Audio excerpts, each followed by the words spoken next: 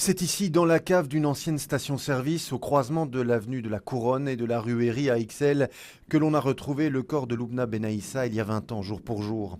Âgée de 9 ans à l'époque, la petite fille avait disparu le 5 août 1992. Ce n'est que 4 ans plus tard, suite à l'arrestation de Marc Dutroux, que les enquêteurs ont pu déterminer l'itinéraire exact emprunté par la petite Loubna.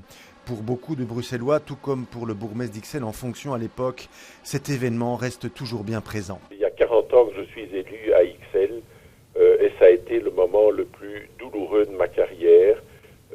On a retrouvé le corps de cette petite Loubna Benaïssa, malheureusement beaucoup trop longtemps après son décès. La police d'Ixelles avait visité les lieux, mais évidemment sans mandat de perquisition à l'époque. Le 8 mars 1997, 20 000 personnes avaient assisté à la cérémonie funéraire de Loubna Benaïssa à la grande mosquée de Bruxelles.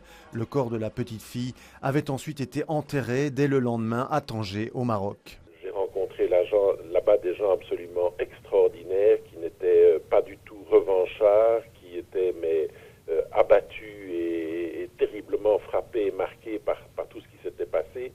Mais je n'ai jamais senti chez eux de la rancœur.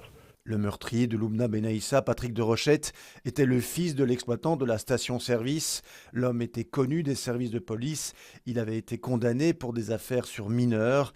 Déclaré malade mental, de Rochette a été interné en 1999. Il est mort de cause naturelle en décembre dernier, à l'âge de 52 ans.